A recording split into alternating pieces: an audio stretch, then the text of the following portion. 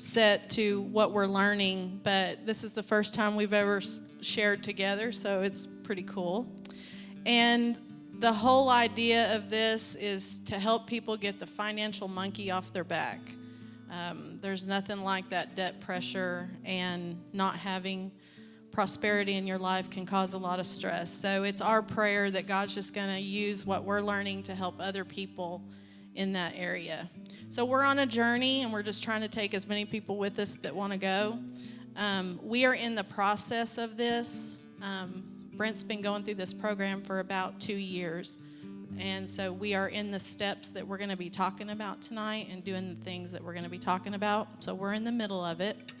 And we've seen a lot of exciting breakthroughs.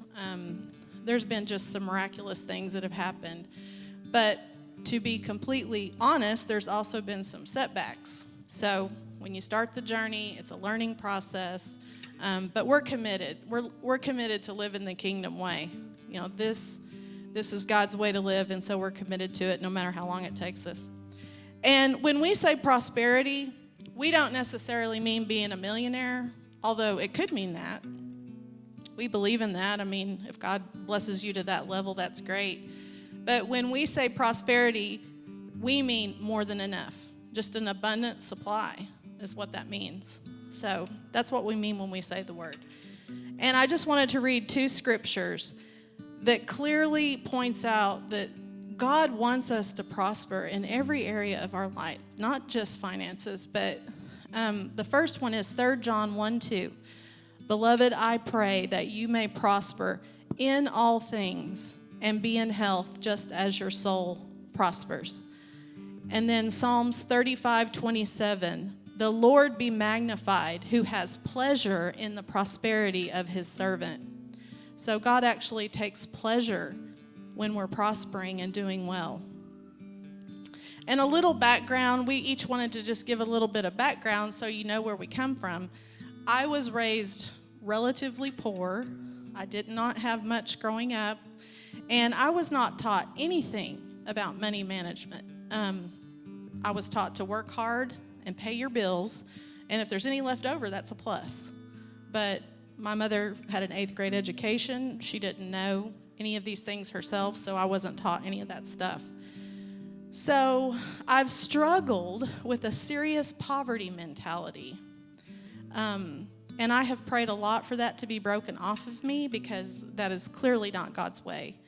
So, and there's primarily 2 types of people when it comes to money and finances. There's the consumer spenders and the saver investors.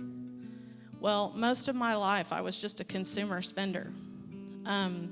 So I got to middle age, I got a divorce, I left everything behind. I had a big, nice home and lots of land, and I knew that by myself I wouldn't be able to afford that anyway. The house wouldn't sell, so I just left it all behind. And so literally in middle age, I was just starting over again.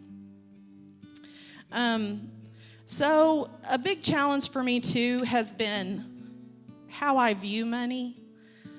So I've been praying through that for God to reveal to me the correct way of looking at money. It's not an issue of greediness either, because I enjoy giving. I remember the first message I ever heard on tithing, I just latched onto it, and I'm like, yes, I want to do that. And it made perfect sense to me. So I've always been a tither and a giver on the level that I could. But here's a real key. This just hit me between the eyes in the process of going through this. So if you don't remember anything else I say, please remember this part, and I'll try to clarify what I mean. But you can faithfully tithe and sow seeds and still end up with less than enough. And the reason is how you handle the increase, how you handle your harvest, how you handle what God is blessing you with. And in America, a lot of people, they may have an income that's here, but they try to live up here. And so God's blessing you with a good job. God's blessing you when you sow your seed and you get some increase. You might get a raise at work. Somebody might come up and hand you some money. Different things are happening. But what are you doing with that? So God is always faithful when we sow. He's always doing his part. Come on in. Hey. Pause. Pause.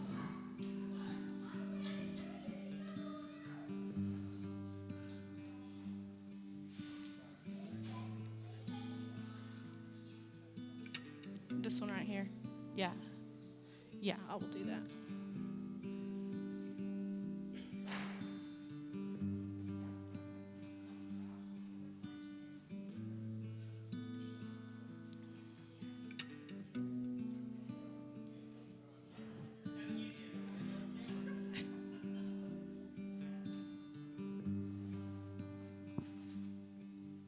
Hello.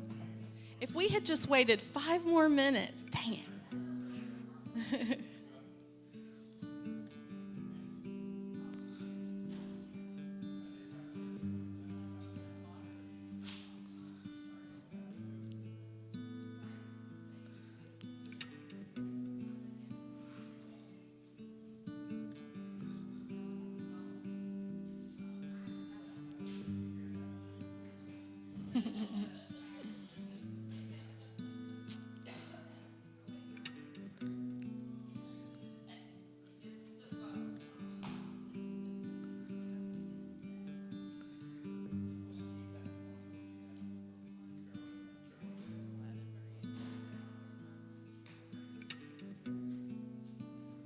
I was just going to wait on them if they wanted to come in.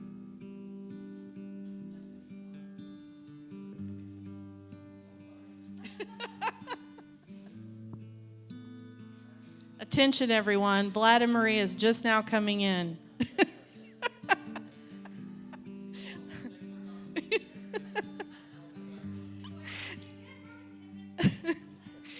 I said if we had just waited 5 more minutes. Darn it. Traffic's terrible when it's 20 degrees outside.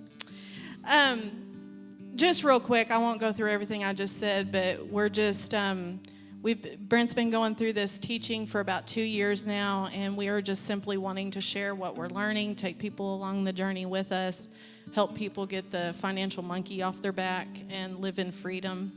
And I was just saying that, I wasn't raised to know about money management or how to invest or grow wealth. All I knew was working hard and paying bills. That's about it. If there was anything left over, that was a plus. So we also said there's primarily 2 types of people when it comes to money. That's the consumer spenders and the investor savers. We all fall in one of those 2 categories. And most of my life, I was a consumer spender, So, and the biggest challenge has been how to view money correctly and see it at how God sees it. And the key point that I wanted everyone to get that I just mentioned was this has been a huge revelation for me because tithing and sowing seed, it's kind of understood that we all know we're supposed to do that. We didn't feel the need to go into tithing and sowing seed because if you go to church here, you're supposed to do that. But that's not really the issue. You can faithfully tithe and faithfully sow seeds and still end up in lack or still end up with not enough. And that is because of what you're doing with the increase that God's blessing you with or how you're managing what's been given to you. And so many, many years ago, when I went to harvest the first time, a guy there brought a bag of potatoes that he had grown in his garden as an example on sowing and reaping. And that came to my mind because if I plant a potato and I get a potato plant and I've got 20 or 30 potatoes on this potato plant, but I just, put them in a drawer and let them rot, or I don't, use them or do anything with them, God just blessed me with an increase, but I didn't do anything wise with it to get more potatoes. So that's the issue. God's always faithful when we sow, but what are we doing? And so if we're always spending or living outside boundaries, or being wasteful or just not handling our money wisely, then we're kind of like a hamster on a wheel. I mean, it's a hamster on a wheel. So anyway, that's just kind of a little opening, and Brent's going to give a little bit of his background. What's interesting is we both ended up at middle age broke, so we had to completely start over. I also told him that I went through a divorce in my 40s, and I just left everything behind because the house I lived in, I knew I wouldn't be able to afford it anyway. And so I left with the clothes on my back and a little bit of furniture and a compact car.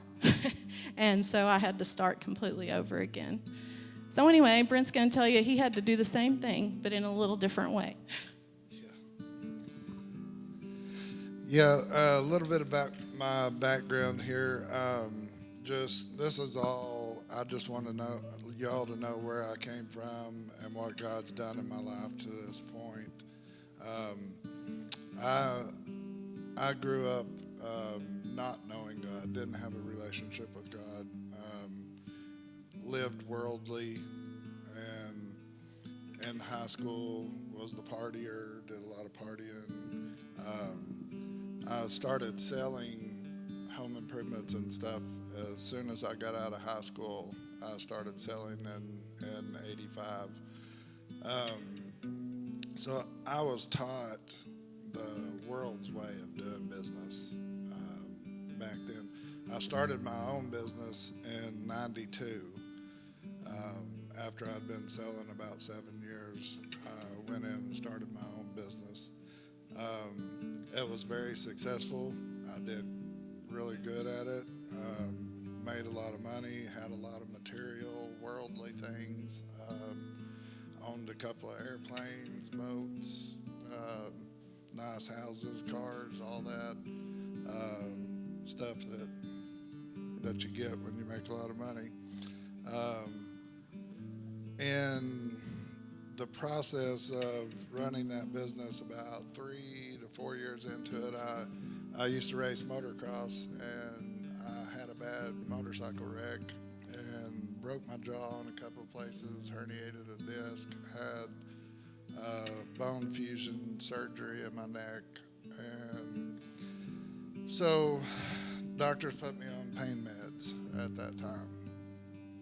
That's where things started going downhill from there. I don't know if anybody's ever experienced or heard about pain meds. They're very addictive, and they're very tough to get off of. You get very sick, you can't function, you can't do anything without them. So I'm in the middle of having had one daughter at the time. Bailey wasn't born yet, but running a business, all that, and I felt like I can't stop. I can't take the time out to get off of these, so I just continued on them to function. My addiction progressed in there, and by 2001, it had progressed enough to where I knew I was going to have to sell the business. It had gotten to a point where I couldn't do both. So I got out of the business before it completely crashed, so I could at least recover some. And from about 2001 to 2005, in that area, I was selling. I went back to selling and was having to sell off everything that I had gained in that time previously just to survive. By 2005, I had lost everything from the addiction. I was getting the tough love from my parents, so I really had no place to go. I ended up basically homeless on the streets after that, going from house to house, staying where I could. And so around 2007, after several rehab attempts and different things to try to get off of this pain med, somebody told me about the Methadone Clinic. So I ended up at a Methadone Clinic in 2007. It gave some normalcy back to my life, but still addicted to the methadone. I got back in 2007. I started a business back up. By then, my girls, I had custody of them. They were living with me. So between 2007 and 2011, and I'm just going through this quick. I'm just not getting real detailed with things, but 2011, I had mixed some Xanax and marijuana with the methadone. Decided I was going to drive down to McDonald's 3 or 4 miles from my house. And on my way back,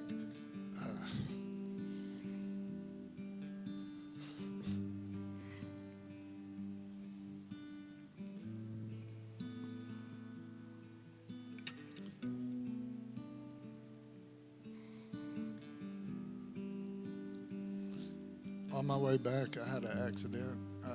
Fell asleep at the wheel and killed somebody.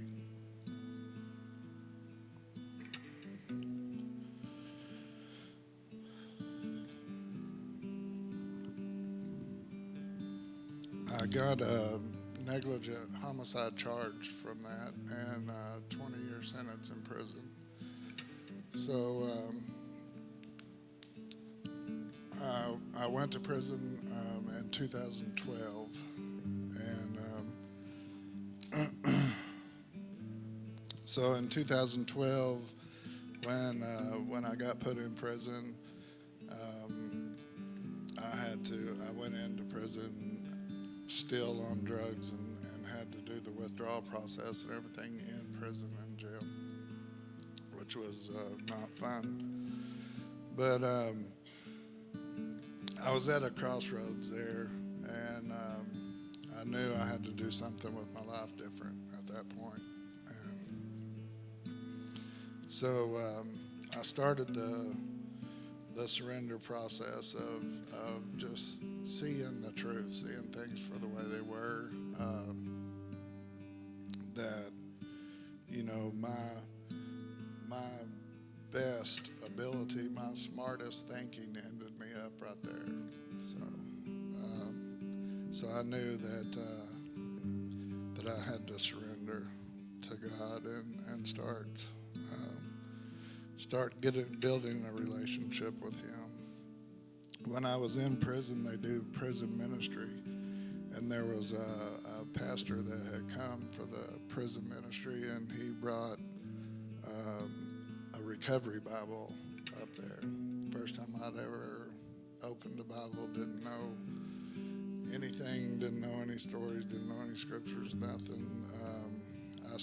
They had little meditations in there, so I started doing those of a morning,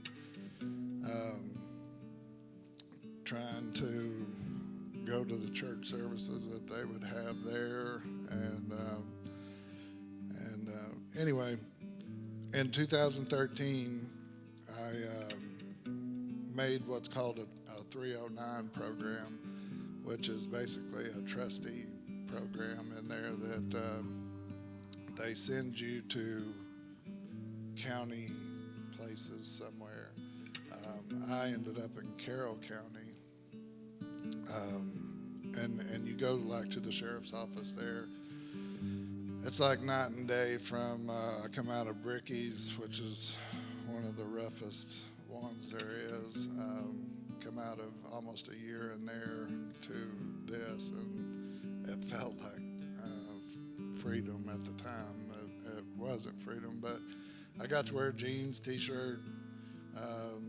You take care of the county there. You work on cars, you mow yards, do things around there for them. 2014, I met Isabel there. In 2015, I was baptized in the Holy Spirit.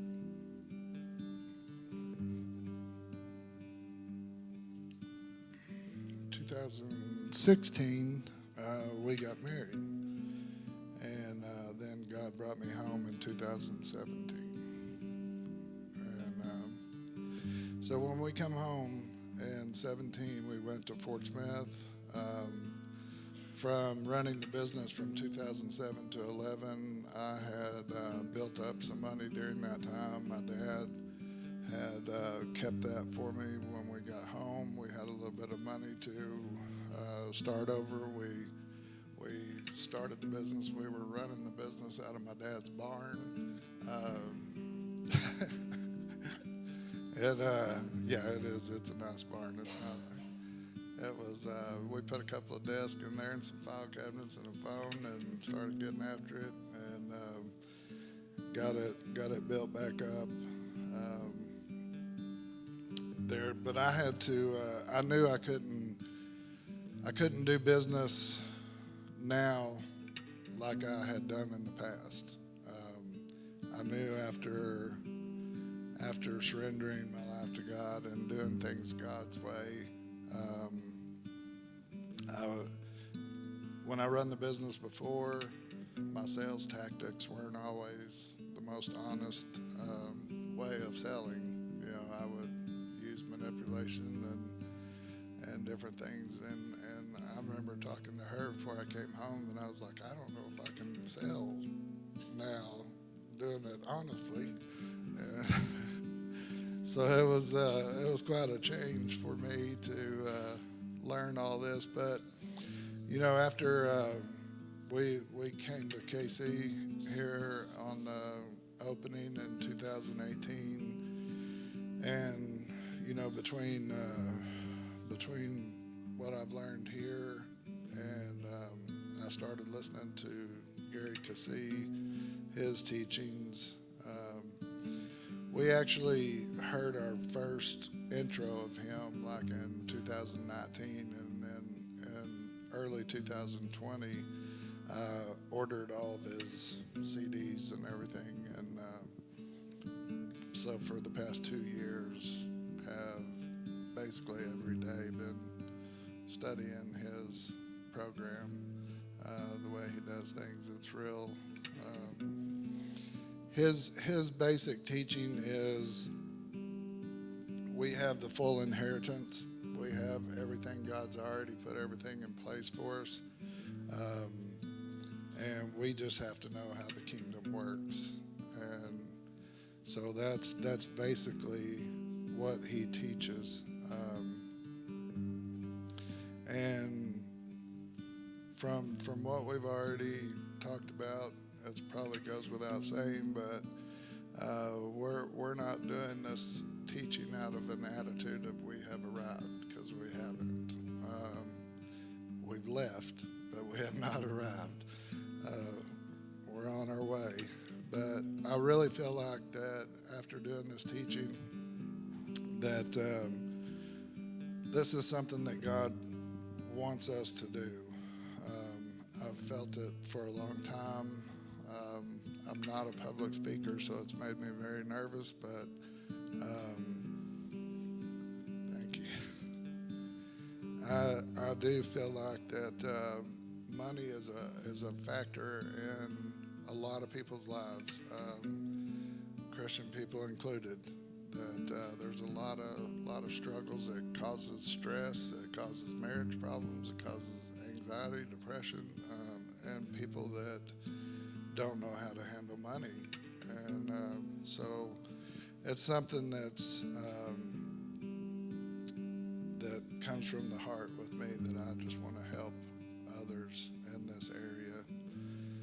And first of all, I think that kind of like what she had touched on earlier, that we just have to change our perception of money. That a lot of people think that just if I had more money, I would be okay. If you're making $30,000 a year and you're barely making it, well, if I made $100,000 a year, I would be okay. Everything would be fine.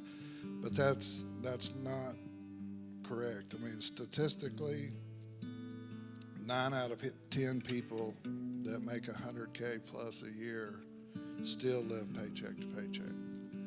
So that's they're not increasing; they're just surviving. They're just making their bills and they don't have anything extra to invest. The key to long-term success is being able to put your money to work for you, not you working for the money all the time. So if over 50% of the population right now can't write a $400 check in an emergency situation, 23% of people in America can't make their monthly payments and each month go further in debt. So it's definitely a problem, and we're not, especially me. I'm all about increase, multiply, making more. Go big, go home type attitude. So we're not saying cut off your Netflix and live on beans and rice. We want to talk multiplying and increasing and how to do that. But there is a foundation that you have to start off with that if you don't have enough over what you're making now, then you've got to make some adjustments in there somewhere to have some money left over to invest and to go to work for you. So Isabel's going to talk a little bit about the management part and the debt, because I make the money, she manages it, so this is her department.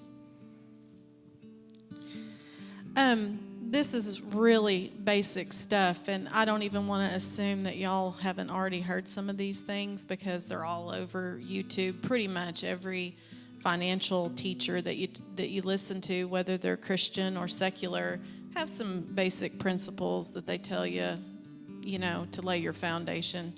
But the foundation part, even though it's simple, it's if you don't lay the foundation, you will not have long-term success. So if you're building a house, any builder will tell you your foundation is your most important part of your home. Because if you start building on a faulty foundation, your house is going to fall in. You're going to have wasted a lot of money. So our financial foundation is the same way. So we lay it so that we can later on build our wealth and invest and do smarter things with our money than what we're currently doing. There's 2 steps to the foundation. One is getting an expense fund put in place. And the second step is getting rid of debt. House not included. That's later on in this process. But anything that's superfluous, credit cards, medical bills, student loans, car payments, things like that. The goal here is to not live in survival mode and get this debt monkey off your back. When he was talking about most people can't write a $400 check for an emergency, this is what the expense fund does. It keeps it turns emergencies into nuisances.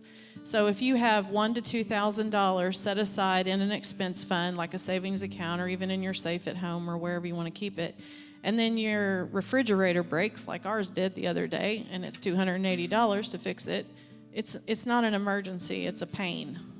But you have the money to cover it. So that's what the expense fund does.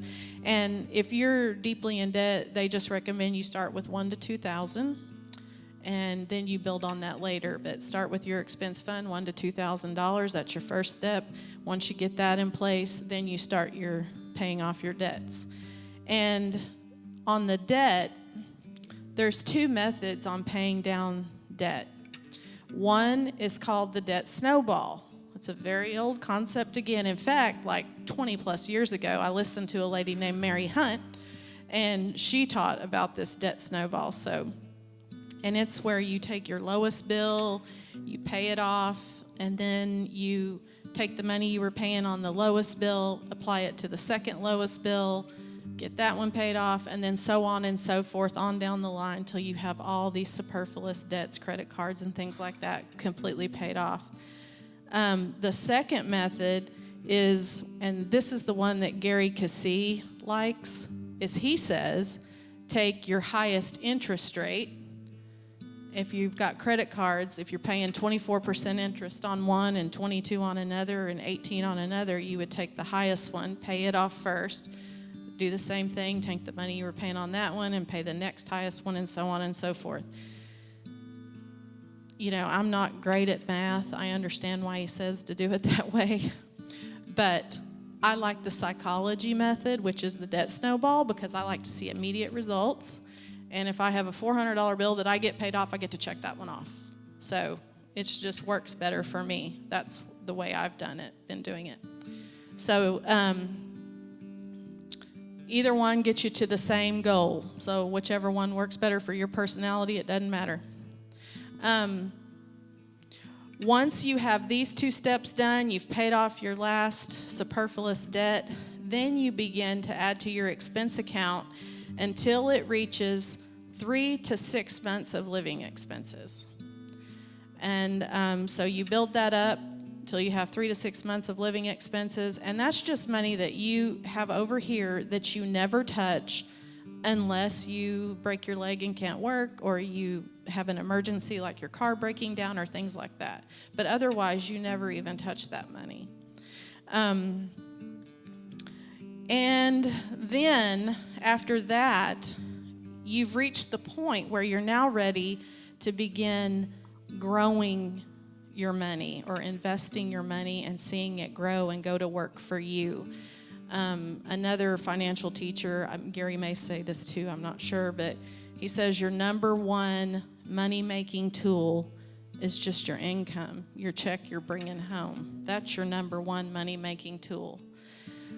So when you have your whole check and all you're paying is some utilities and a house payment, then you got lots of other money left over to grow.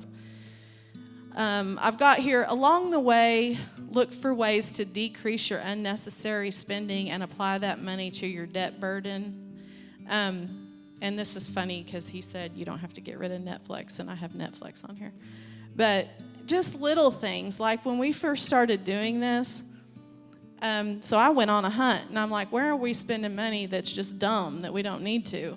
And I rounded up $200 of dumb stuff that we did every month.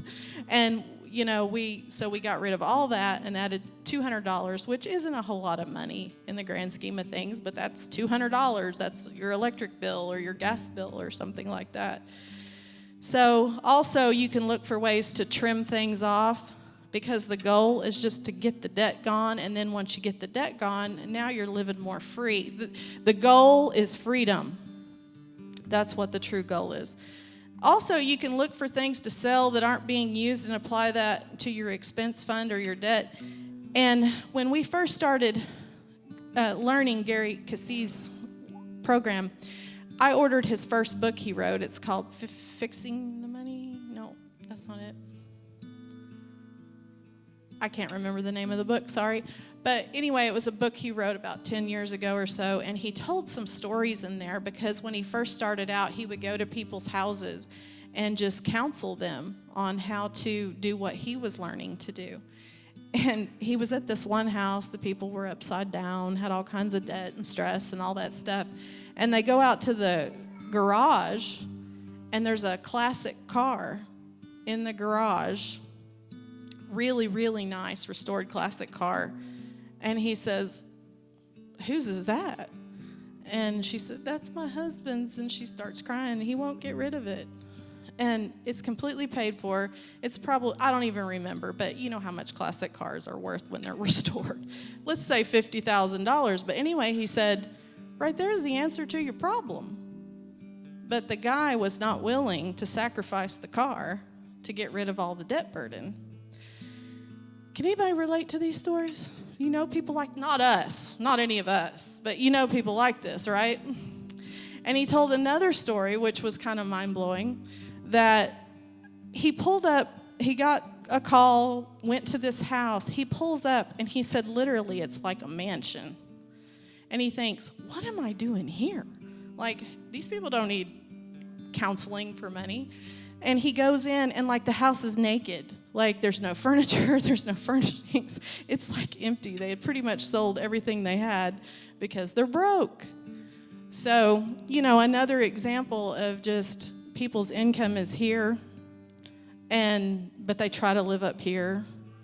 And so all of this is relative. So whether you're making 50 and you're trying to live like you make 100, or whether you make 100 and you're trying to live like you make 500, it's all the same. It all ends in the same result, which is bondage.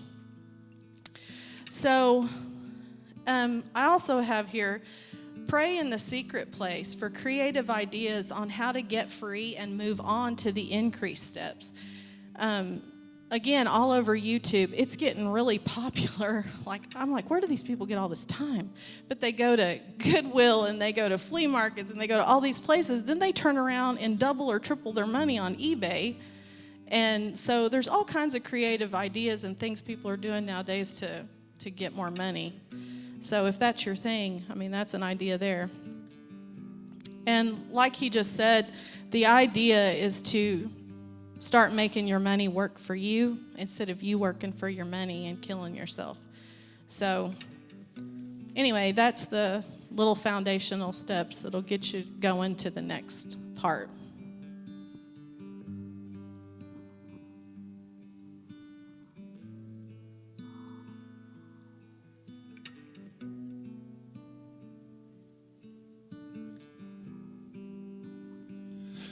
Okay, so now let's talk about the fun part, how God's got things set up for us to prosper.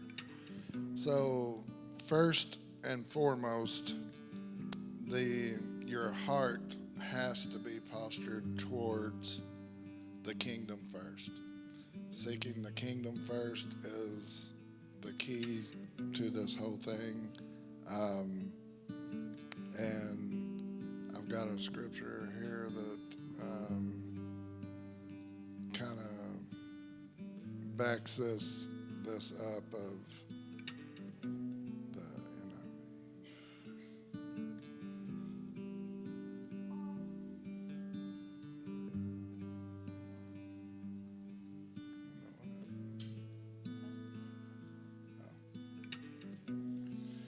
Okay, so in Luke 16, 1 through 8, the shrewd manager, Jesus told his disciples there was a rich man whose manager was accused of wasting his possessions. So he called him in and asked him, "What is this I hear about you? Give an account of your management, because you cannot be manager any longer." The manager said to himself, "What shall I do now? My master has taken away my job. I'm not strong enough to dig. I am ashamed to beg. I know what I'll do so that when I lose my job here, people will welcome me into their houses." So he called in each one of his master's debtors. He asked the first, "How much do you owe my master?" 900 gallons of olive oil, he replied. The manager told him, "Take your bill, sit down quickly, and make it 450. So then he asked the second one, "How much do you owe?" He said, 1,000 bushels of wheat. So he told him, "Take your bill and make it 800. The master commended the dishonest manager because he had acted shrewdly.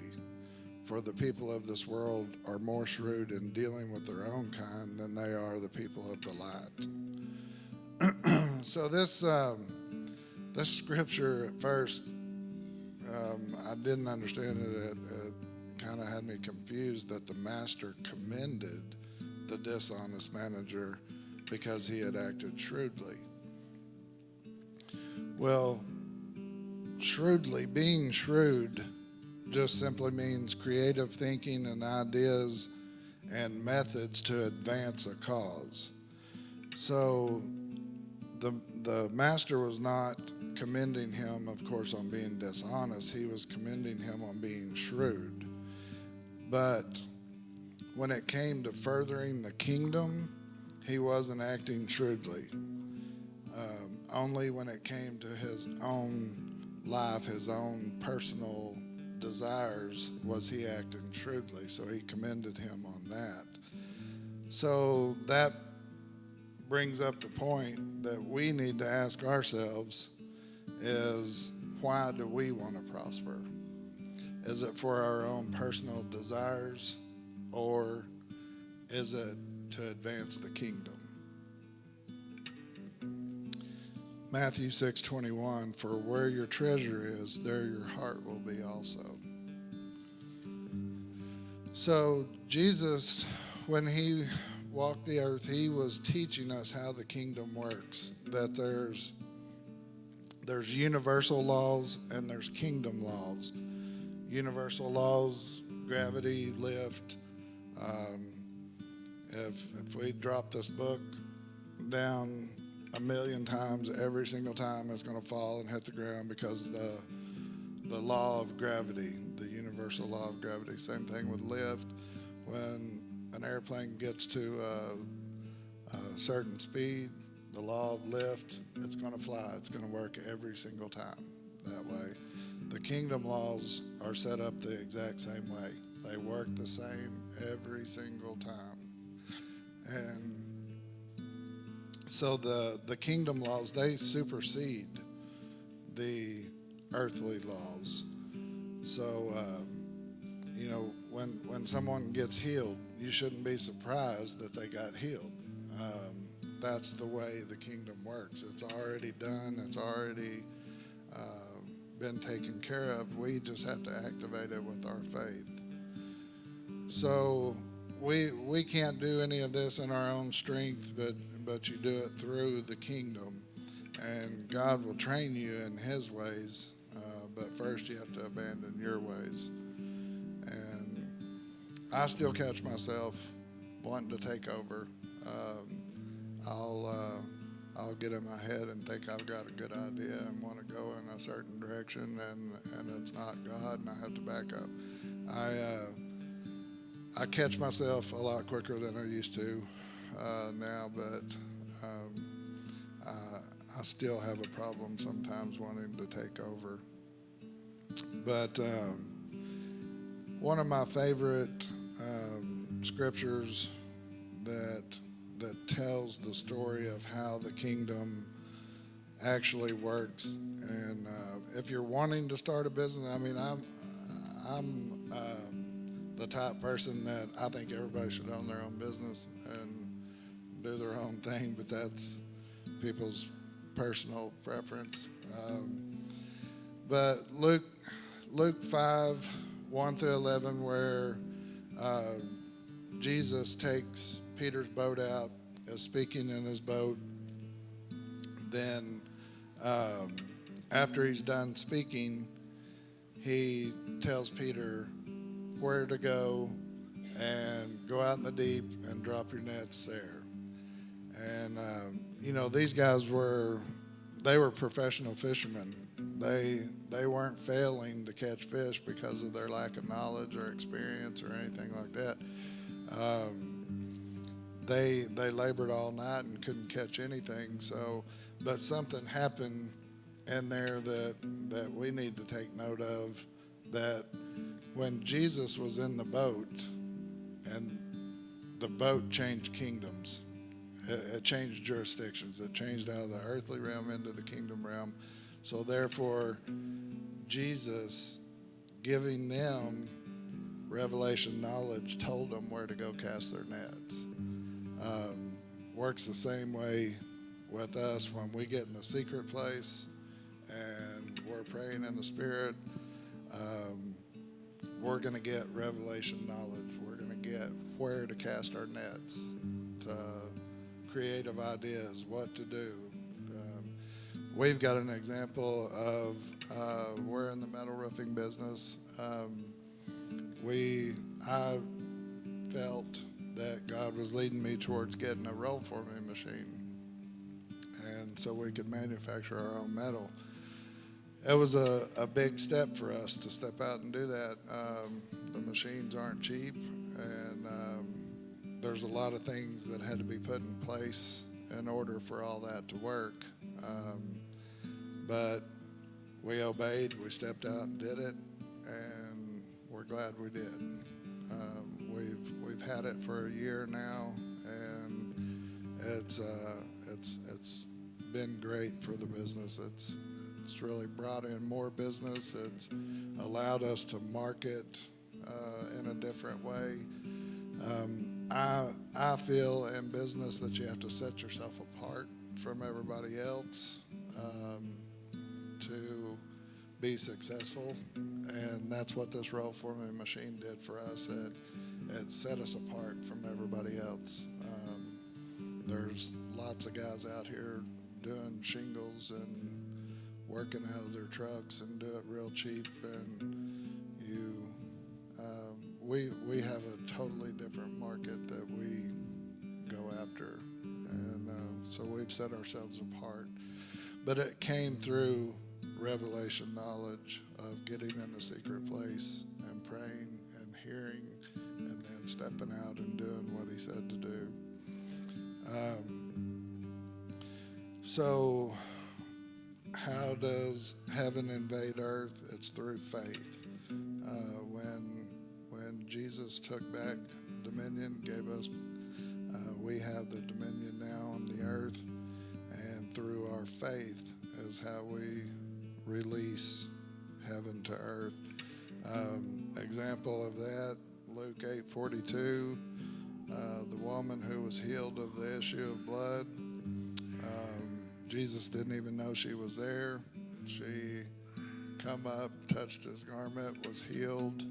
He felt the power leave him. He turned to her and said, "Your faith has healed you." So it wasn't him turning around, laying his hands on her, saying some prayer. It was her faith that healed her. She tapped into the kingdom and released it through her faith, and that's what healed her. Jesus is the power source, and he gave us the switch to turn it on, which is faith.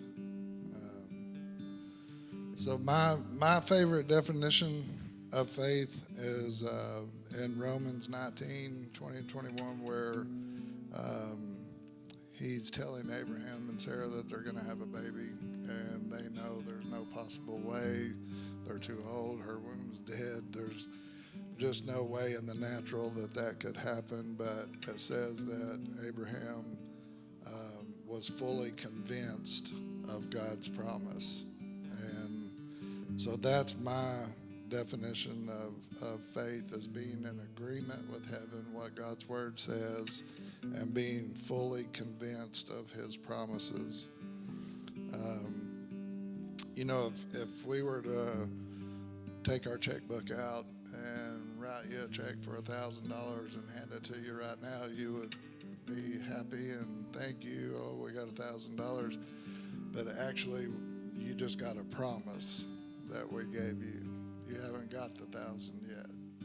So if you get that excited over us writing you a check for that, how much more should we get excited over God's promises that he's given us? So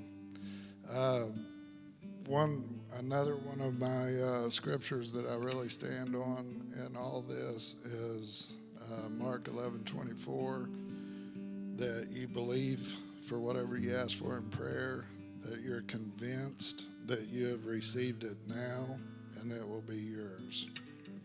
So what we do when we sow is we, whatever we have prayed about, and whatever if we need,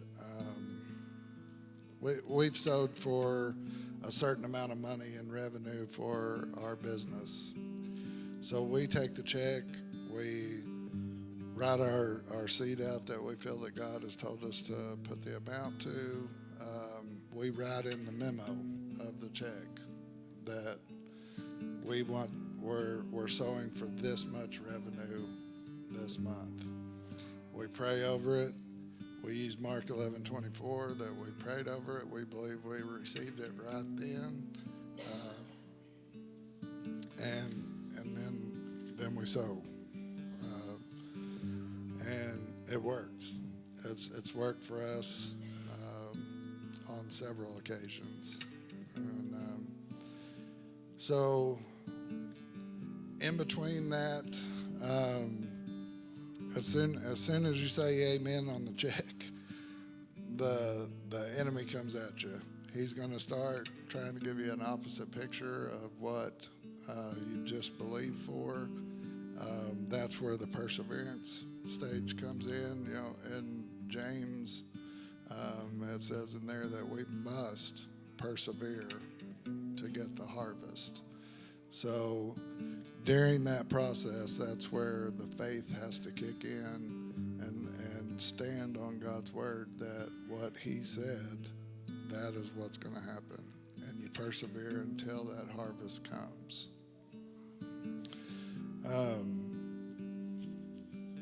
So 1 John 5:14, when we pray, we expect with confidence the result. And so I've just got a little side note here. Just be ready when God answers your prayers, not surprised. And so a little example here, a farmer, when he sows his seed, when he sows his money, when he throws his money in the ground, he does it with joy because he's anticipating the harvest. He knows that it's coming because he's confident in the earth's law of seed time and harvest. So we can be just as confident in the kingdom laws when we go and sow our seeds. It works the same way. And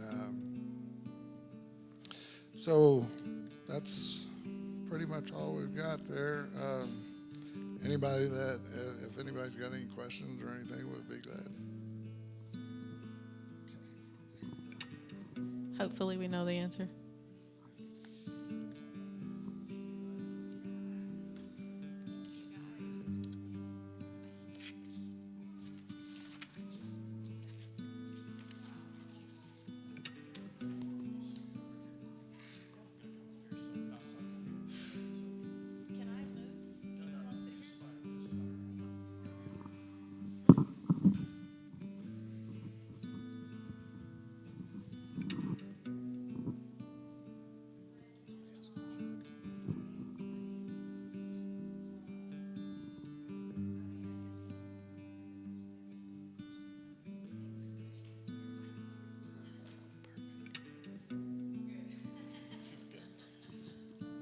I came up here because I had, I don't know, at least 3 questions, but don't do it, Maria. No, do you really have one? No, you're good? You're really good? Okay.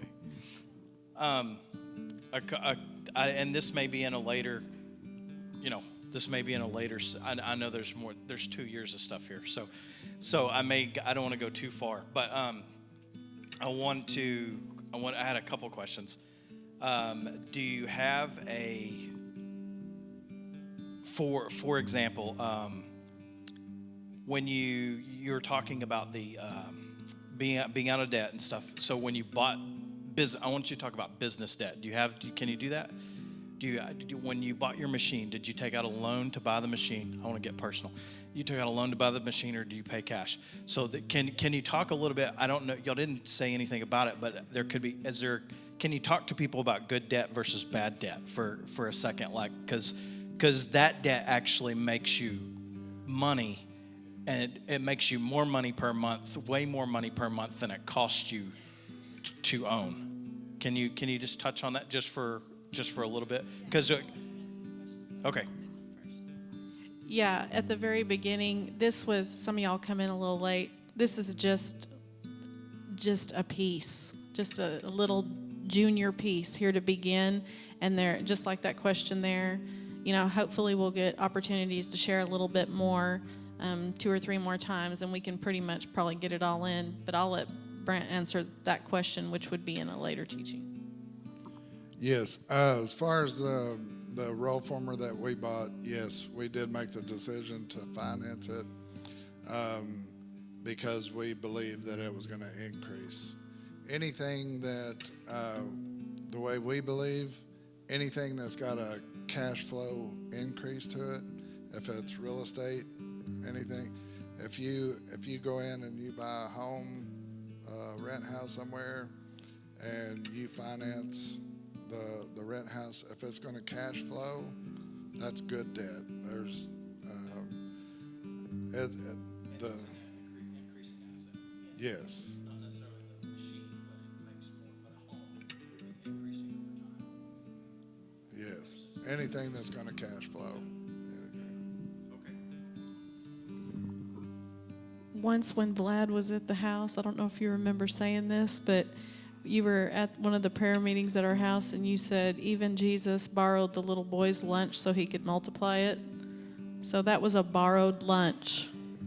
And Brent never forgot that, by the way. That's how he tries to talk me into buying things.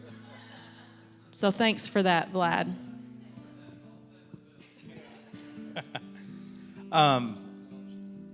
You had a question? Okay.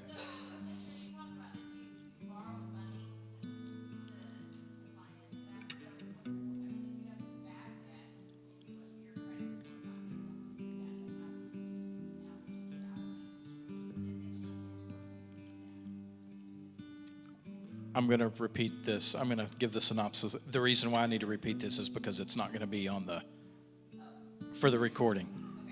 Somebody asked if you have poor credit scores and you're needing to take a loan to get something, how do you fix the first part so that you can step into the next part? Did that catch that? Did you get enough of her question? The only answer that I have is that's what that foundational part is about.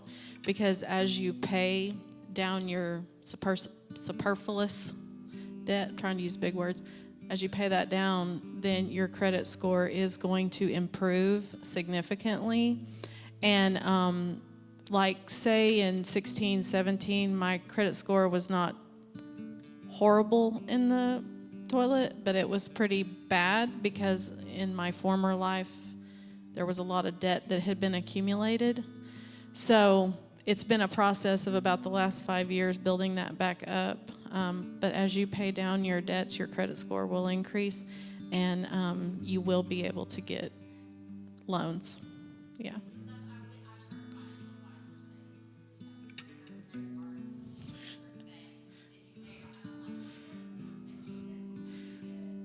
If you already have some, I wouldn't. Yeah.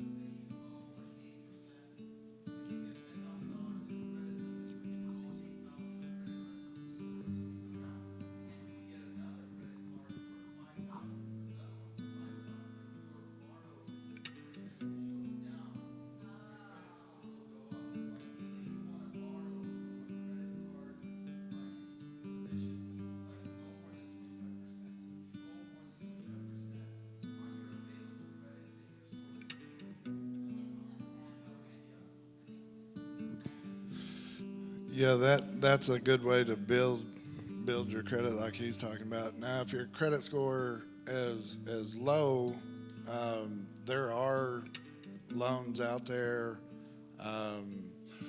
If you could find a duplex, do maybe a FHA type loan on it where the credit score can be pretty low. Get a duplex, rent out one side of it. It's cash flowing enough to where you're not paying it.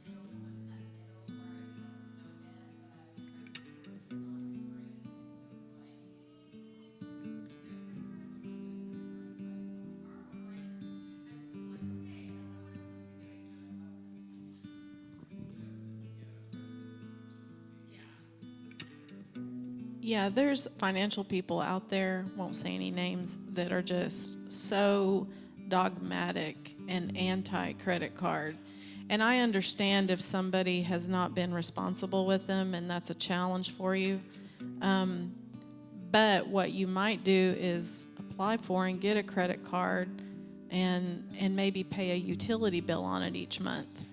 And then that way you have activity on it, but you're going to pay your utility bill the next following month anyway, so something like that's a good way to start building your credit. Yeah. Some people are anti-credit. You are statistically, you will spend more money swiping a card than you will paying cash. So, yeah. No, I like the convenience. Now, I personally have credit cards, but don't let them carry a balance. When in operating a church, a business, the two separate, a church separate, business separate, and then my everyday expenses and things like that. I would rather use their money, let them give me rewards, like lots of, I don't know. I mean, you can, depending on where your levels and things like that are, you can end up with you can end up paying for Christmas just on credit card rewards and things like that. So, but never let them carry it. If you let a card carry a balance, you're going to pay I don't even know if you can get one less than 12%. I don't know. I don't let anything carry a balance. I pay it off. I don't care if it's, whatever unless it's 0%. If you get on a promotional thing that is a 0%, you're paying cash. You just didn't have to give it all at once. But you better make sure you pay it off before the term ends, or they will get you with back percentage on that. So that's the only time you should let it carry a balance. Even if you went and spent $10,000, it may suck to write that check, but pay that thing completely off so that you're not paying $2,000 a month to carry a $10,000 balance. Even if you're going to go buy a vehicle, if you said, I got to get a vehicle, because that's something. In most cases, it's a depreciating asset, but the way the vehicle market has went, if you had one from 6 years ago, it's actually been an appreciating asset for the past 14 months or so. So yeah. I'm pretty sure my truck went up in value about $6,500 from the time that not from the time that I bought it, but from the beginning of 2020 to when I sold it in the middle of 2021, it probably increased about $6,000 in value. So, and I drove it more miles, and but that's welcome to today. Anyways, it's generally considered a depreciating asset, but you have to have a vehicle to get to and from work. And so if you went to buy a new vehicle, they offer 0% interest on a lot of things. A lot of people tried to jump on the rebates. At least do the math. Sometimes the rebates might actually be better, but most places will not give you rebates plus 0%. And right now you can forget any rebate. You're going to pay above whatever they're asking for the vehicle most likely, or hopefully you can find a dealer that will at least sell it to you for whatever they're asking for on the window, the sticker price, but they can actually give you a 0% financing. So anytime you're 0%, you're paying cash. You just didn't have to pay it all at once. So long as you get it done. Yeah. Yeah.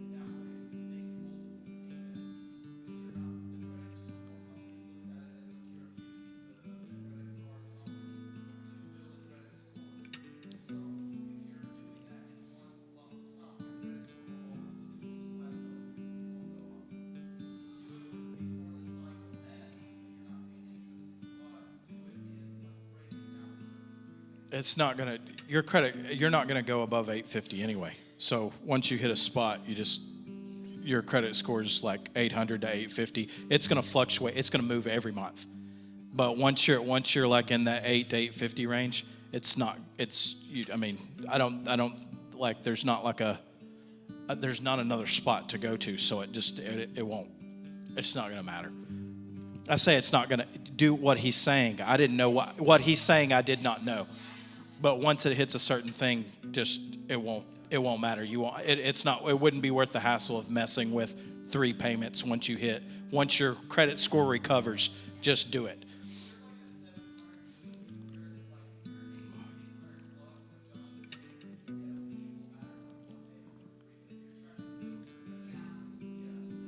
Yep. What time is it? So we got time. All right, more questions. All right, I want you to, oh, yeah, man.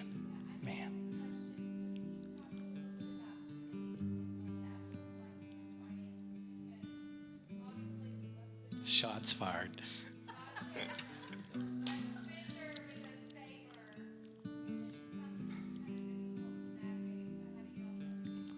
So the question is, how do you move this has now shifted to the marriage conference, and how do you move in unity when you've got one that is a spender and one that is a saver?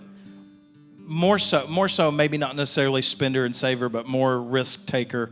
Risk threshold of one is not going. Your risk thresholds are not going to be the same. So how do you guys function in unity on what to spend and when to spend?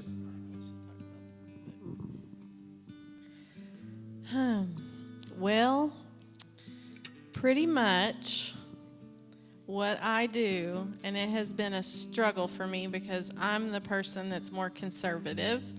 Pretty much everything in my house came from a discount store or was bought on clearance sale. That's why at Thanksgiving, he was sitting in a chair and it busted out from under him. And he said, "We're going to stop shopping at the discount stores."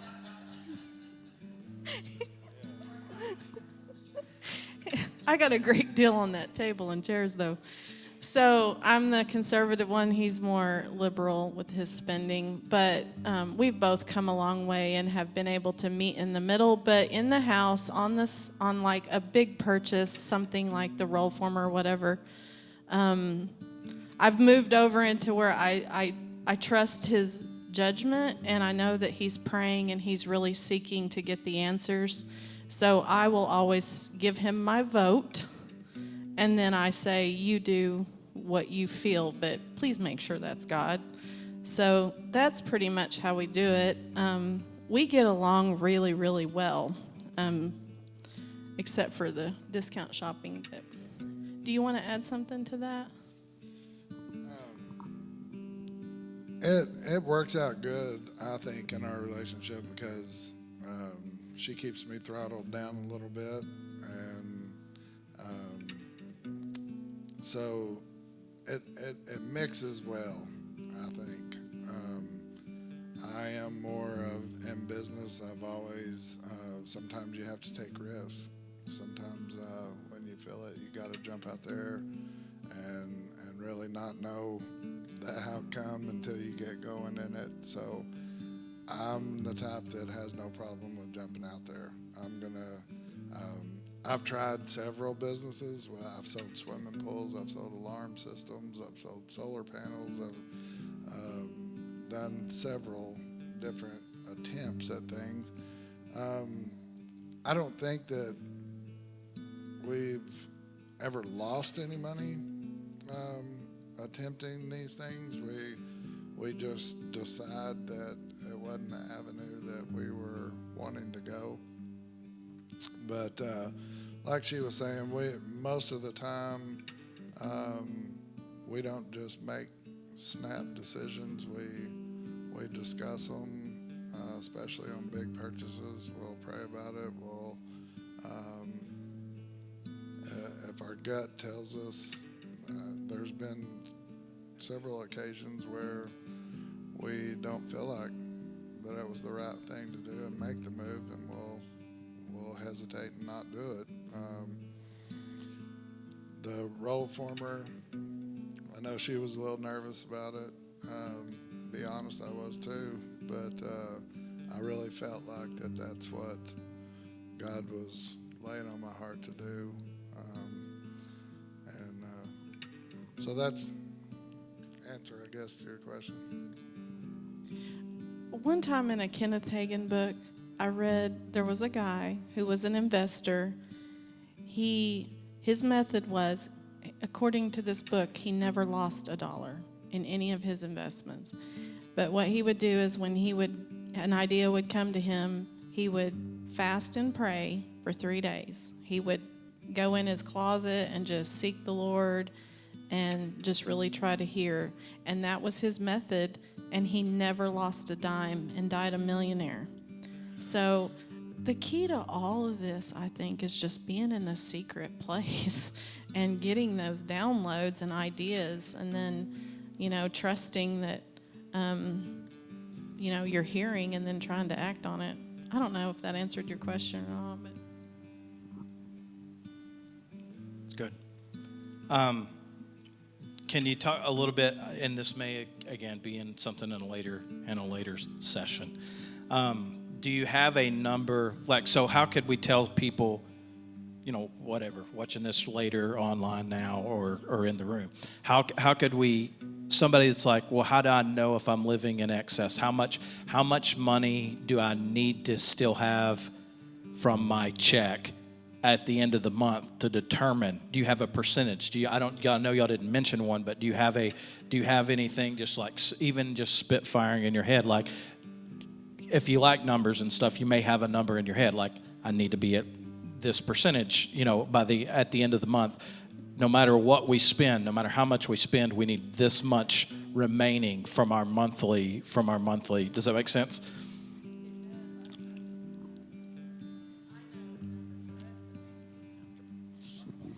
I don't necessarily have an answer to that, like a percentage or anything, but in your own budget, after you pay your bills, how much you're going to need left over to get to the end of the month.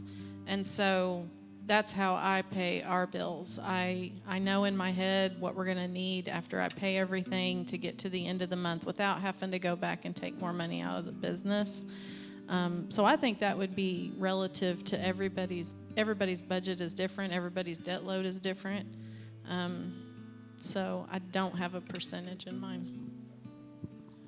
I think basically that was a point that we were trying to make in here, that just having more than enough, if it doesn't matter if you make $30,000 a year or $130,000 a year, if you can manage your money to where you have some left over.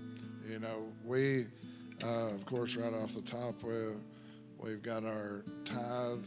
We put 10% back. After the tithe, then we put another 10% back into savings. And then whatever you've got left over, I don't believe in letting money sit. I think it ought to be making money for you. So I don't like savings accounts and putting things. Put it in something, invest it in something. I mean, right now the S&P 500 since 1928 has 10% payback. Now that's not every year, but an average from year to year, you're getting 10% back on your money, which that's just the S&P 500. You put it in a compounding interest or something. I've seen investment calculators where somebody at 19 years old can put $300 a month into a compounding interest investment and do that for 8 years, and then you don't even have to put any more in after the 8 years, and that will compound in interest to when they get to retirement age, they've got $1.5 million in this.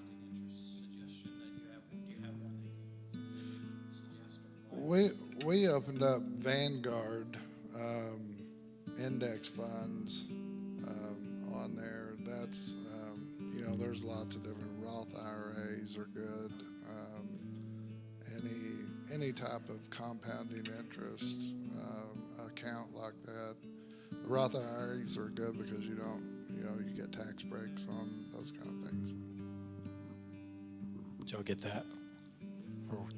Okay, another. I want to talk about some. And if you do want to know, like, where's my excess or whatever, before you go cutting Netflix or, denying yourself the next Starbucks trip or whatever that it is. Okay, you're not going to become wealthy because you cut Netflix. Okay, but however, if I don't remember what percentage, I didn't know that, but I was astounded by the percentage of people that can't write a $400 check. And it's nuts. But not if you can't write one, but we're giving you tools right now that you're going to be able to write that any day of the week, right? And the percentage of people that do that, and then you talked about, I think 23% of people can't pay their monthly bills and just go further in debt. So obviously their living situation may suck. It may not be a very good living situation. So how do you climb from that? I just and I haven't done a ton of research on this, but if you could get to the end of your month and have 25% of your income left. And now, okay, well, I'm beyond that, and you're going to have to recover to get back to that. So if you're just starting out or wherever that you are, you're fixing to buy a house, you're fixing to buy a car, you need to ask yourself, is this going to move me? How can I accumulate wealth off my day job? Okay? No, you're most likely, now, people like LeBron James, that's a different story, okay? But you're most likely not going to become wealthy by punching in a clock on somewhere, okay? But you can still accumulate wealth through punching on a clock somewhere, okay? And so what I'm saying is, when I get to, if I've got, you got $5,000 a month that's your income. You got $5,000 a month coming in. What do I need to cut? What do I need to, maybe not cut, but what do I have at least $1,000 that I can put? Brent says he doesn't like savings, and he's speaking in it's not that he doesn't like, it's relative terms of like an emergency. Brent, I don't know what their bank account looks like right now, but I guarantee you, if they needed to buy a new refrigerator, they could go buy a new refrigerator and not have to take out a loan to go do that. So what I'm saying is, build up that 6 months of expenses, or starting out with, Isabel mentioned a $2,000 number, or even getting to a 6 month number. What is 6 months of expenses? Well, add them up and then multiply that by 6. Okay, so I'll leave you alone on that one. Getting to that. So what can I get to multiply even in my day job? I want people to increase their streams of revenue. My day job is one thing. Now let me bring in another stream of revenue. That's going to bring in, multiply to increase. But even in my day job, if I'm living at a level where I cannot pay things, then things need to be cut, because you're proving to yourself, as hard of a pill as it is to swallow for anybody, you're trying to live somewhere you haven't earned. Because you literally cannot pay for the stuff that you have. Now, I'm not talking about, I had a bad situation. That's not what I'm talking about. I'm talking about on a monthly basis, you go in the red on a monthly basis because you cannot pay your stuff. You've got to cut stuff. You need to sell the classic car. You might need to sell the 4,000 square foot home and move to an 1,800 square foot home and take some equity so that you can get on your feet, so that you have surplus. How can I have surplus coming in every month from my day job? Now when my investments start paying off, it really snowballs in the other direction. Instead of paying off debt, I'm snowballing wealth. I want to keep talking percentages though, okay? So and they didn't give any numbers, so I didn't ask for permission, so forgiveness may have to follow. I don't know. But so Brent goes from prison and coming out of prison in 2017, from coming out of prison in 2017 to multi-million dollars of revenue in sales for the roofing company, right? And I'm not that this is for his business. Gross coming in, and so coming into that, I want to talk about like what a remarkable testimony and story of even how God brought you guys together, which you guys should go into more detail about that at another time, of just like, it's ridiculous. And it's amazing. But we're in 22. So this is less than 5 years ago, coming out of incarceration and into a multi-million-dollar per year revenue business of what God has done. And Isabel mentioned it earlier, talking about foundations, and she said, if you come here, then you know to tithe and you know to give, okay? I want to talk about that, okay? Because maybe there's somebody watching, or maybe there's somebody in the room, and they don't, and they don't know that. I want to talk just a little bit, like, what shifted from your, like, first of all, that's God to even be able to step into that, like, this is what has God done? This is absolutely amazing, absolutely celebration moment. But what is and if you don't have to give like, oh, I give this much a year. That's not, but what kind of percentage of your income? Do you have a percentage in your mind? Like, I don't have a specific number, but I like to get really close to this type of percentage in my giving, in sowing seeds and believing for multiplication. Because, so from my experience, I feel like a lot of people, they give 10%, and that's that. And as offensive as this may sound, that's like the minimum, okay? 10% is your buy-in level to get windows of heaven to open, okay? That is the buy-in level, okay?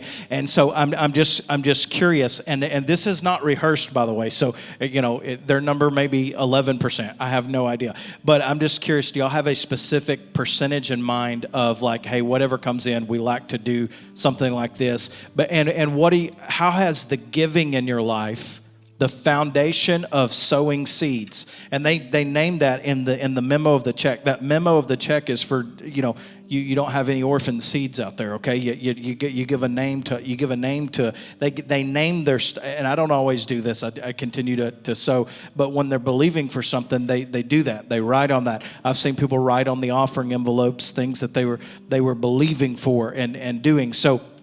If you could just, I know that's a really long lot of things I just said here, but could you touch base on the foundation of giving and how that has shifted in your life to see increase, to even be able to tell stories of, I spend $30,000 less on advertising in 2021, but I made whatever thousands of dollars. I made this much percentage more. That's only God could do something like that is so seemingly ridiculous on the surface, because you should spend more in advertising so that you get more sales, but you got more sales and spent way less on advertising.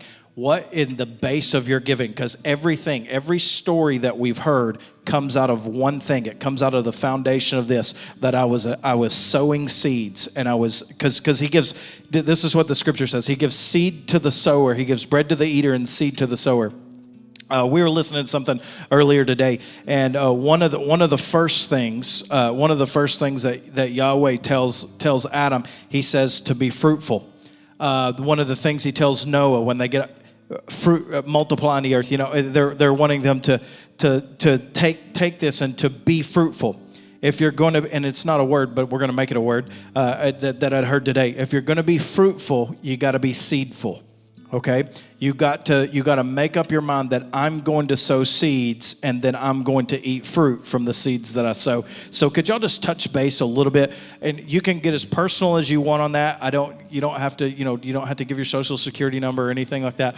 But I know that they're givers. A lot, because I enter in the offering information. So I know that these are givers, and they're faithful to do that. But I just want you to touch base on that. What has that foundation opened up to tell these stories? And even if you had something in your mind, hey, we built towards this, and we knocked down that door, and then we said, we're going to go for this, and we're going to go for this. How has that increased along with your business as you increased in your giving?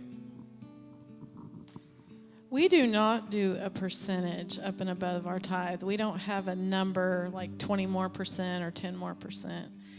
Maybe we should change that. But what we do is we obviously pay our tithe, and then we pray, and God will download just, okay, so this. It's always different amounts. Sometimes, there's tithing, giving, and painful giving. That's the 3 kinds of giving. And God will stretch you. And I remember it was probably late summer. I have a hidey hole in the house where I go pray. He prays on the couch in the living room when we do our morning time. And I was back in the back bedroom in my hiding spot. And he came back there and he said, I feel like we need to sow a seed. And he said, and it's a pretty big amount. And that's all he said. And I said the amount out my mouth. And he said, oh my goodness, that's it.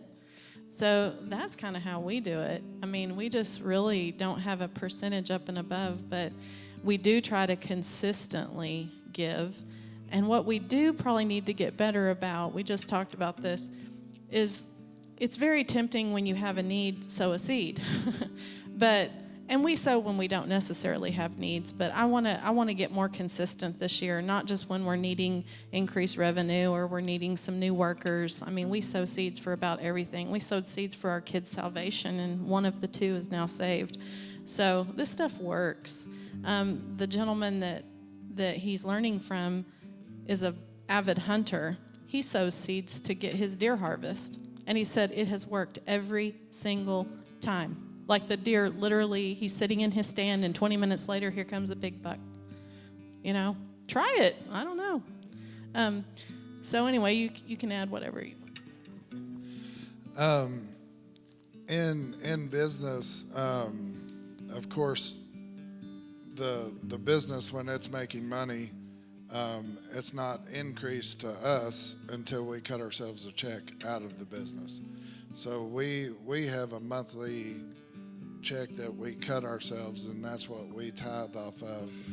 The business will fluctuate. We had a bad November and December. We lost money in the business in November and December of this year. So you can't really tell in the business exactly. You got to let it cash flow and keep it going. So we don't actually set a percentage like she was saying on the business. We just we've had times where we've kind of been stuck at a certain amount of revenue, and we've sowed a seed and marked it for a higher amount of revenue and hit it as soon as we sow that seed. We basically just kind of do it as we feel. We've kind of discussed a little bit about taking maybe per job a certain amount of each job and put aside and sow from each job that we sell. We were just talking about this before we came here, that God supplies seed to the sower. So if we're looking for money to sow,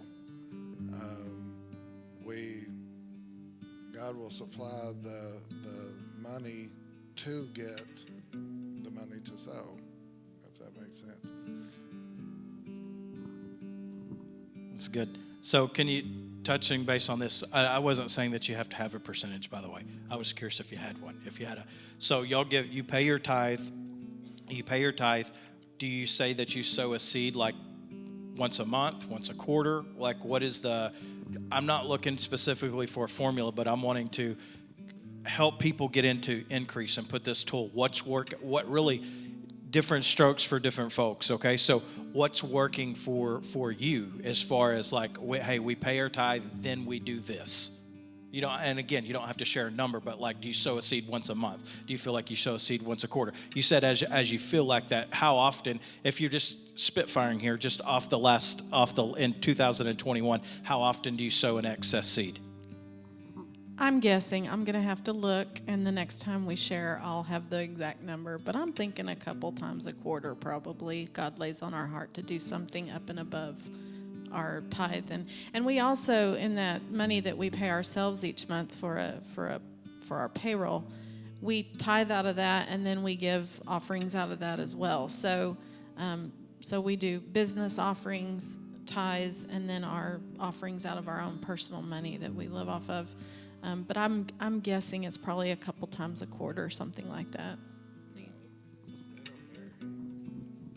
Yeah, just as you feel. Yeah, I was just wanting to, equip people and let them, because someone just, hey, what's working? What do you roughly? So you're saying probably about 8 times a year, 6 to 8 times a year, above and beyond tithe and offering, above and beyond. If you heard her, they give off, they sow seed out of their business. They pay their tithe out of their personal money, and then they give offerings out of their personal money, and they sow seed. And then 6 to 8 times a year, they specifically get an amount from the Lord or whatever that is, something that they're feeling on their heart, and they go after it. So even if they're not in unity on that, what I've encouraged people to do before, if I encourage everybody, you're all a hearer. So if it's just for example, if Isabel's hearing, we need to sow, $1,000 seed, but Brent's hearing, we need to sow a $1,500 seed. I dare you to do this. Sow $2,500. Combine that, because you're both hearers, and see what the Lord is doing. Okay, see what the Lord is doing, and going with that. So I'm just saying that. So just throwing that out there. Do you trust that you're hearing or not? I heard 1,000. I heard 1,500. Oh man, we got to do 2,500 because we've both heard something here. And so or which is and in those situations, and I'll take a night or 2 or 12 or whatever when talking about this throughout time here, whenever I'm personally, internally, when I'm conflicted between two amounts, then let's just do the bigger one. I don't know that we're ever like, Tasha's really never in like conflict on me, I don't think, too often with, at this point. She doesn't throw out a number but if I'm internally conflicted between $7,500 or $500 and $750, and let's just do the $750, because I'm not about to lose sleep over $250. Okay? Any more questions? Or Ms. Bailey? On the record.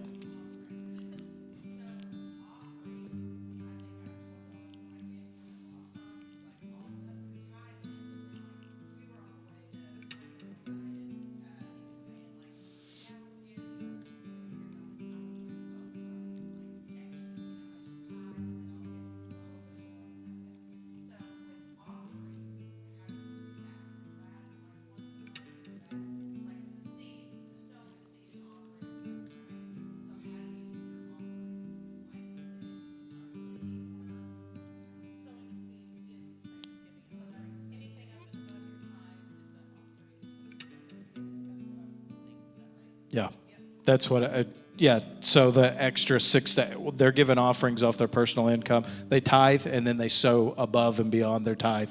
But then 6 to 8 times a year, they're given offerings.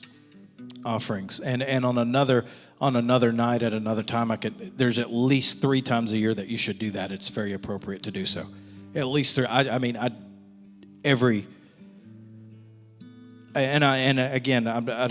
We'll take a session later, but I would encourage, hey, I bring something every time. I also get paid every week though, but there's people that could even teach you in a lot of depth on why it's appropriate to even. I'm not changing anybody's world here or anything. I'm saying people give like every time they come in the building. I've seen people. And I'm not talking about when they come to service on church. I'm talking about they came up to the church to do something. They came up to the church to talk to somebody, and they didn't leave the building without going to the offering bucket. So, I can tell you more about that later. But anyways.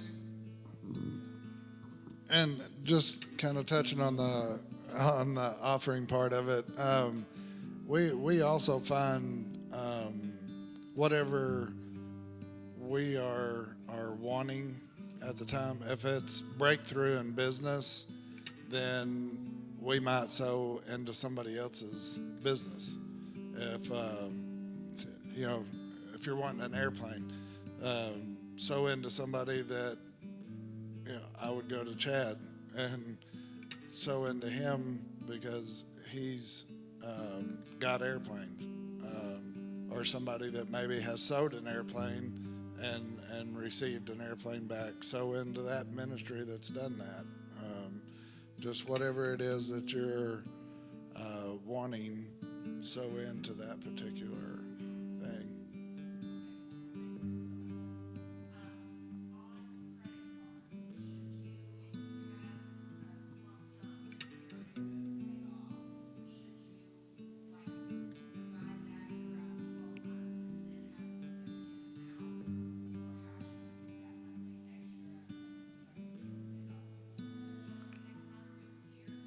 Are you talking one credit card or several?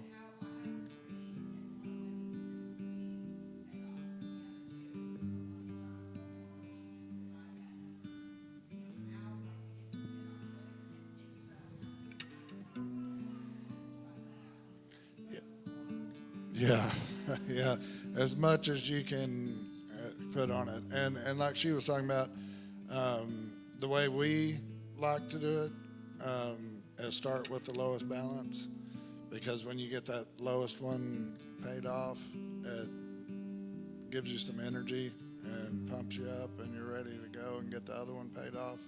So it's kind of a psychological thing to it. So once you get that one paid off, whatever you were paying on it, take that and put it towards the next one. As much as you can without being short at the end of the month. You know what I mean? Because you don't want to end up with no money. Like he was saying, try to end up with 25% of your income at the end of the month so you're not strapped. I just want to tell a quick story when he was explaining that God gives seed to the sower. This was many years ago when I went to Harvest the first time. I got a call from the children's church pastor, and she knew of a lady in the church that was really having some hard financial trouble and literally had no money. So God had laid on her heart to take up a love offering for this lady. And she said, and I prayed about who to call, and God told me to call. You were one of the people I was supposed to call and given opportunity to give in this offering. I was broke and overdrawn in my checking account. Right when the call came, I was overdrawn. And so obviously I ain't going to tell this lady that on the phone. So I just said, oh, great, thank you for calling. And I hang up the phone and I said, Lord, you know that I would want to give. So if I'm supposed to give, you are going to have to provide the money. And $100 came to my mind. I'm like, I need $100. Like, I need the $100, but that's the number that came to my mind. So I said, Lord, if you want me to give this lady $100, you're just going to have to get me $100 before church tonight. And I just left it at that. That night, my former spouse comes walking in the church waving a $100 bill and says, I helped a guy move some furniture, and he gave me this $100 bill. And I said, well, God has plans for that. So I took it and I put it in this offering.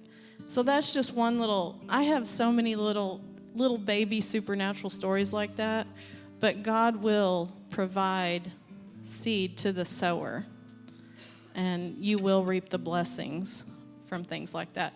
But it's fun to live this way. It's fun. Sometimes it's a little scary, but it's fun to live this way because you don't get to see these things happen until you step out and take those steps of faith. So. That's good. That's good. I was thinking when they called, I was broke, and I was thinking Isabel's going to say that she should have said, if you'd like to make a call, please hang up and try again. So, yes. That's funny. That's good. I love it, Vlad.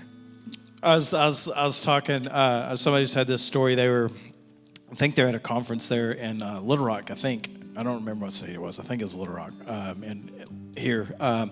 They were somebody on the platform. They were talking about like a $2,000 seed or something, and this guy next to him, God was speaking to him, saying, "I want you to. You're one of those." So it was like, it was one of those things where, hey, there's there's a few people in here and God's laying it on your heart to do this. And God started stirring it in his heart. And one of the people just not very far from him down said, hey, that's me. We got to do that. And he said, oh, thank you, God. I overheard y'all's conversation. Overheard your conversation. No, when God's speaking to you, it's on purpose. It's on purpose. Follow that prompting. Follow that prompting. When she was broke and didn't have anything, and God laid it on somebody's heart to call her to sow a seed. I can show. I again don't have time. I don't know what time it is, but we gotta quit. 8:20. There's scripture. There's precedent for sowing a seed prevented tragedy from coming to a home. People sow a seed and God multiplies that. I would challenge you to even grow your seed. You want to think of something just ridiculous in your mind, and even I forgot what you're talking about earlier of getting to doing something like, one day I want to sow $100,000. Well, that you might not be able to do that today. You might not be able to do that next week or after your next paycheck. But you're not going to do that by just saving up, waiting on the $100,000 to come in to sow. You've got to start with what you have. He's put it on your heart. This isn't your personal goal, by the way, because you're not telling yourself to give your money away. If this is something God's laid on your heart, saying, God, you're increasing us. What are you wanting us to do? And then increasing towards that, growing your seed. My seed didn't start out seemingly huge to the eyes of many, but it was always, hey, this is extra. This was above and beyond. There was a day in my life that $20 extra was a big deal. That was a big deal. And then I watched that grow and multiply over the years to where my seed grew. So growing your seed and stretching that out of at least a few times a year. Go to it and say, I'm not just going to give an offering today. I want to stretch this. And what if in 2022, not only did you give more than you ever gave, but he began to multiply and set up things in you because he ordains your steps. So it's sowing for something, and then the trust in him that I'm going to put my foot down where I'm supposed to put my foot down to see that increase come to pass. So just letting him increase the seed in you and letting him increase that the heart of the giver of what that the Lord is doing. And I'll tell you more stories at a later time, but we're good for tonight. All right. So I hope you enjoyed this. I don't know. I don't think we're going to do another one next week like this. I don't know. It may be Chad and Bonnie next week. I don't know. We're going to stay liquid. I don't know if that's going to be liquidity. We'll call it that since we're talking financial terms. But we're going to try to stay liquid this year and hopefully in future years of I don't know what every Wednesday night's going to look. Next week we could do prayer. Next week we could do prophetics. Next week could be Britt and Isabel again. Next week could be me. Next week could be Chad and Bonnie. I'm having different people in business telling their stories. Not everything they were telling you was a success story, but it was all a success story when you zoomed out far enough. These are the things that God was watching over. And so if you're looking at your life and saying it doesn't feel successful, then I encourage you to zoom out a little further. And see the bigger picture here of how God's aligning things in you and causing things to grow and causing things to happen. Because and it's at the foundation. No matter who gets up here, probably by the end of the night, if they don't, then I will. But probably together in this type of dialogue, bringing you back to this foundation. This starts with giving. This starts with your tithing. It starts with your offering and doing that. And why is that? As Isabel said, if you come here, then you know this. Well, maybe there are some that don't know it or whatever it is, but just increasing in that and believing for God to bring an increase to you because it does open the windows of heaven for you. And if you don't do it, there's a curse on your life. Like like people come to a prayer. Let me help you right here. I believe it. This is an offensive thing. Maybe we shouldn't put this one online, but I don't know. I'm going to anyway. I'm going for it. I'm going for it in the Kingdom Culture group. I believe it's a waste of your time to come up here in a prayer line and ask God to bless you financially if you're not giving. And here's why I think it's a waste of my time to come to a prayer line. Because he has to, when you don't give, he can't open the windows of heaven for you and pour you out a blessing that you don't have room enough to receive. You're literally putting the handcuffs on Yahweh to where he cannot bless you because of your lack of understanding. Now listen, I'm not talking about the person that hasn't came into the revelation of it. Once you come into the revelation of giving, you're no longer, ignorance is not bliss. It's costing people their life. But once you come out of darkness, out of ignorance, and into marvelous light, you now have a knowledge of it, you now have an understanding of it, and you can never be ignorant of giving again because you've been taught about giving. And once you've been taught about giving, now I'm going to set in this. This isn't a law of nature. This is a law of God, that if you give, he'll give back to you. It's not even, I'm telling you, it's a law of God that doesn't just work for Christian people. It will work for anybody that puts the laws of God into practice. If you give, he gives back to you, pressed down, shaken together, running over. Well, I'm storing up treasures in heaven. You need to read that verse a little bit further, because nobody leaves ox, donkey, house, mother, father, children, marriage, whatever that it is. Nobody leaves it and doesn't reap 30, 60, 100-fold in this age as well as the age to come. You're going to see a harvest right here on the third rock from the sun. Okay? So continue to give and continue to be blessed. I know some people don't like to talk like that, but I've asked somebody in prayer line before. I need a financial breakthrough, and I felt prompted. I don't ask everybody. There's not this check box. I felt prompted. I said, "Man, are you paying your tithe? Are you giving?" And he said, "No, not like I should." I said, "Well, you need to," and I prayed for him. But I said, "You got to come into alignment with this." I don't know if he ever came back. It wasn't at Kingdom Culture. This is at another place that I ran somebody off. So I don't know if I don't remember seeing him much after that, if at all. But he didn't want to come in alignment. He wanted the miracle of heaven to happen, but he didn't want to come into alignment to receive the miracle from heaven. God will give you financial breakthrough. Be faithful with the little, and he makes you ruler over much. But you got to do your part of doing it. What you bind on earth will be bound in heaven. What you loose on earth will be loose in heaven. So what we do on earth is determining what God's going to do from the heavens. You thought that God was waiting. Are you with me right now? That God was just going to do something. What you do here determines things that he gets. Some things are going to happen regardless of what you do here. But there's certain personal destiny things for your life that will only happen after you step into the faith and the obedience of activating something. I have to let go of things that are in my hand to receive what's coming from the Father's hands. All right? All right, Father, I thank you, God, for what you're doing. Lord, we don't have to understand it all, but thank you for teaching us. Thank you for releasing this in our life. Thank you for what's working in Brent and Isabel, God. And if they do it again next week or 3 weeks from now or 2 weeks from now, whenever that it is, Father, God, we just thank you for just opening up our imagination, drawing out the gold and letting us glean. God, we might not catch everything that's being released. We may have already known some of the things that have been released. We may have never heard some of this stuff before. Father, but let us glean what we need to glean so that we can apply what we need to apply and see it multiply within our life and in our businesses and in our finances, Father. And not just there, but God, just life principles of being a good steward, not just in money, but God, being a good steward in all arenas, Father, of how you shifted a heart, God, from I don't know if I can sell honestly, God, to multiplying them in business, God. And I thank you for doing that. Only you could do this type of transformation. So we just give you glory for it. We speak blessing on Brent and Isabel, on their business, God. Let them have another banner year in 2022.